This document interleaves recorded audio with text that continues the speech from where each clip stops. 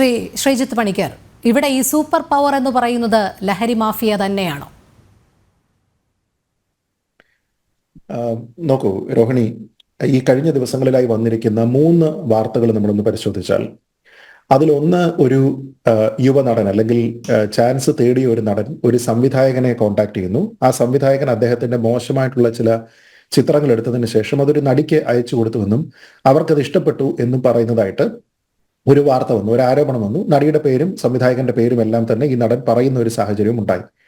അപ്പൊ അങ്ങനെ ഒരു സാഹചര്യം ഉണ്ടായതിനു ശേഷം നമ്മുടെ നാട്ടിലുള്ള പ്രധാനപ്പെട്ട മാധ്യമങ്ങൾ, പ്രത്യേകിച്ച് മനോരമ, മാതൃഭൂമി തുടങ്ങിയ മാധ്യമങ്ങളിലൊക്കെ തന്നെ ഈ വാർത്ത വന്നതിന് ശേഷം പിന്നീട് ആദ്യം ഉണ്ടായിരുന്ന നടിയുടെ പേര് പിന്നീട് എഡിറ്റ് ചെയ്ത് ഒരു നടി എന്ന രീതിയിലേക്ക് മാറ്റപ്പെട്ടു. അപ്പൊ അത് ഞാൻ ആ സമയത്ത് ഒരു പോസ്റ്റ് ഇട്ടിരുന്നു. അതിന്റെ ഇംഗ്ലീഷ് സമ്മറിയിൽ ഇപ്പോഴും നടിയുടെ പേരുണ്ട് എന്ന് പറഞ്ഞപ്പോൾ 1 മണിക്കൂർ കഴിഞ്ഞപ്പോൾ അവിടെയും ആക്ട്രസ് എന്ന് മാത്രമായിട്ട് മാറുന്ന ഒരു സാഹചര്യം ഉണ്ടായി.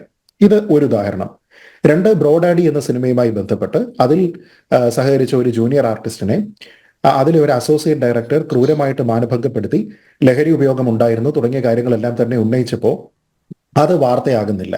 അതിനുശേഷം പിന്നീട് അവർ പരാതി കൊടുക്കുന്ന സമയത്ത് മാത്രമാണ് വാർത്തയാകുന്നത്. ഇതേ സമയത്ത് നമ്മൾ മറ്റുള്ള നടന്മാർക്കെതിരെ വന്നിരിക്കുന്ന ആരോപണങ്ങൾ നോക്കിയാൽ അതിൽ പരാതി കൊടുത്തതിന് ശേഷമല്ല ഇതെല്ലാം തന്നെ വാർത്തയാകുന്നത്, നേരെ മറിച്ച് ആരോപണം ഉണ്ടാകുന്ന സമയത്ത് തന്നെ ഇതെല്ലാം തന്നെ വാർത്തയാകുന്നു എന്നുള്ളത് നമുക്ക് കാണാം. 3ാമത്തെ സംഭവം, അല്പം മുമ്പ് ശ്രീ യുവരാജ് പറഞ്ഞതുപോലെ തന്നെ മലയാള സിനിമയിലെ ഒരു പ്രധാനപ്പെട്ട സംവിധായകനും അദ്ദേഹത്തിന്റെ ഭാര്യയും ഒക്കെ തന്നെ ഡ്രഗ് പാർട്ടി നടത്തുന്നുണ്ട് എന്ന രീതിയിലത്തേക്കുള്ള ഒരു വലിയ ആരോപണം.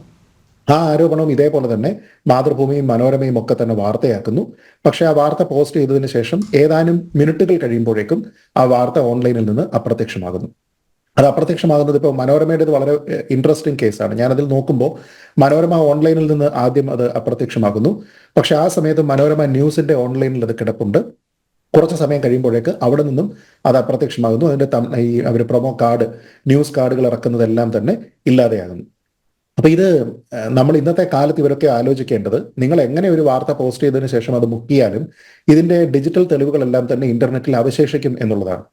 വെബ് ആർക്കൈവുകളിലൊക്കെ പോയി കഴിഞ്ഞാൽ നിങ്ങൾ മുക്കിയിരിക്കുന്ന വാർത്ത അതേപോലെ തന്നെ അതിൽ കാണാവുന്നതുമാണ്. അപ്പൊ ഞാൻ പറയുന്നത്, ഇതിൽ എന്തുകൊണ്ടാണ് ചില വാർത്തകൾ കൊടുക്കുകയും അല്ലെങ്കിൽ ചില പക്ഷത്ത് നിൽക്കുന്ന ആൾക്കാരുടെ വാർത്തകൾ കൊടുക്കുകയും അത് മുക്കുകയും ചെയ്യുന്നത് എന്തുകൊണ്ടാണ്? അപ്പൊ അങ്ങനെയാണെങ്കിൽ ആ ആൾക്കാർക്ക് സ്വാധീന ശക്തി ഉണ്ട് എന്നോ, അല്ലെങ്കിൽ നിങ്ങളൊരു പത്രമാധ്യമം എന്ന നിലയിൽ അവരെ ഫേവർ ചെയ്യുന്നുണ്ട്, അവരെ മാത്രം അനുകൂലിച്ചുകൊണ്ട് മറ്റുള്ള ആൾക്കാർക്കെതിരെയുള്ള വാർത്തകളെല്ലാം നിങ്ങൾ കൊടുക്കുന്നു എന്നുമാണ് മനസ്സിലാക്കേണ്ടത്. അങ്ങനെ നോക്കിക്കഴിഞ്ഞാൽ പവർ ഗ്രൂപ്പ് എന്ന് പറയുന്നതിന് ഈ രീതിയിലത്തേക്ക് സിനിമ ഇൻഡസ്ട്രിയെ മാത്രമല്ല മാധ്യമങ്ങളെ ഉൾപ്പെടെ കൺട്രോൾ ചെയ്യാനുള്ള ഒരു പവർ അവർക്കുണ്ട് എന്നതാണ് പവർ ഗ്രൂപ്പ് അല്ലെങ്കിൽ ഒരു പവർ അതോറിറ്റി എന്നതിന്റെ സാമാന്യമായിട്ടുള്ള നിർവചനമെങ്കിൽ ആരാണ് പവർ ഗ്രൂപ്പ് എന്നത് ഇതുകൊണ്ട് തന്നെ നമുക്ക് മനസ്സിലാക്കാവുന്നതാണ്. അപ്പൊ സിനിമയിലെ പവർ ഗ്രൂപ്പ് മാത്രമല്ല, നേരെ മറിച്ച് തങ്ങൾക്കെതിരെയുള്ള വാർത്തകൾ പ്രസിദ്ധീകരിക്കുന്ന മാധ്യമങ്ങളെ പോലും സ്വാധീനിക്കാൻ കഴിയുന്ന രീതിയിലത്തേക്കുള്ള ഒരു പവർ ഗ്രൂപ്പ് ഇവിടെ ഉണ്ട് എന്ന് സാധാരണക്കാരായിട്ടുള്ള അല്ലെങ്കിൽ സിനിമ ആസ്വാദകരായിട്ടുള്ള ആൾക്കാർ ധരിച്ചാൽ അവരെ എങ്ങനെ നമുക്ക് കുറ്റം പറയാൻ കഴിയും എന്നുള്ളതാണ് ഏറ്റവും പ്രധാനപ്പെട്ട ഒരു കാര്യം.